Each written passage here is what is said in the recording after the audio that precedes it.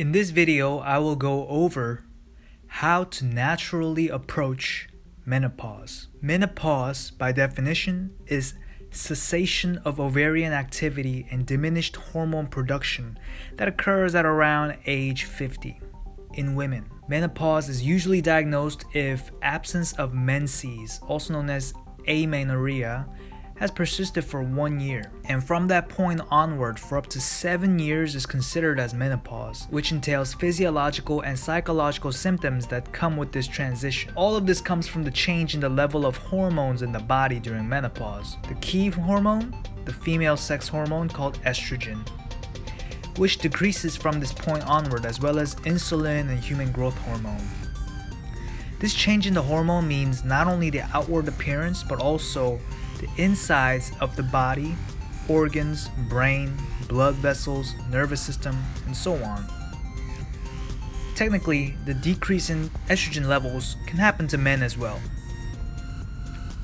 So our question for today is, what's a more natural, integrative approach to embracing menopause? First, the key is to realize that menopause is not an illness to be conquered, but rather a natural life process to be embraced, no matter how difficult it is to accept the reality. So let's take a look at some of the symptoms. For menopause, a variety of symptoms can occur, but primary ones are the change in the body type, such as weight gain, especially in the abdomen area, also known as the spider body, increased sweating, insomnia, fatigue, depression, anxiety, memory loss, headache, dry skin, pain in the breasts, and many women also experience hot flashes and vaginal drying and thinning, known as vaginal atrophy, as the estrogen levels fall.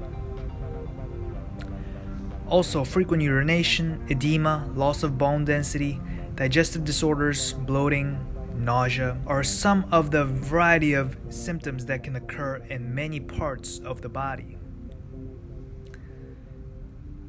So let's focus on the body type change, especially gaining weight in the abdomen area. The reason why weight gaining occurs during menopause is due to the fact that the estrogen hormone sharply declines, which means the fat in the woman's body don't necessarily go to where it should be, such as in the breasts and gluteus maximus area, where these adipose tissues are necessary during pregnancy by providing ample support.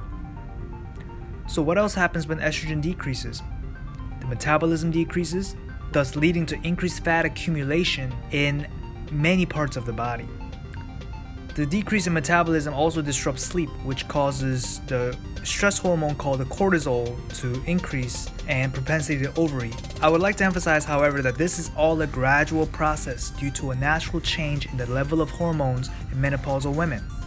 I am not here to discourage people from exercising daily to maintain your healthy look and shape and avoid this change in the body type, which is completely possible. Then how should people manage menopausal symptoms? First of all, it is very important that you know about the hormone tests, such as the follicle stimulating hormone and thyroid stimulating hormone tests that can provide a reference point for the menopause diagnosis. Although hormone replacement therapy has become more controversial, it is still used to treat vaginal atrophy and porous bones, such as osteoporosis, and is believed to play a role in heart attack prevention. But the restraint in prescribing estrogens for long periods in all menopausal women arises from the concern that there is an increased risk that long-term usage will induce neoplastic changes in estrogen-sensitive aging tissues. So what's a more natural way to manage this?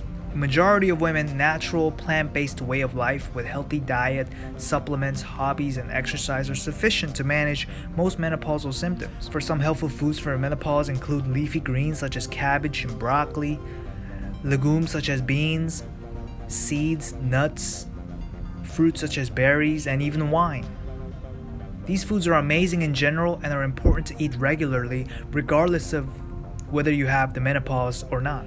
My diet is the one that follows the Mother Nature, but that doesn't mean that I'm only eating local, straight from the farm produce for every meal. Sometimes with busy schedule, I have to eat out at a restaurant that may not have such natural, organic options. Also, at family gatherings, we have to cater to people who are not plant-based eaters.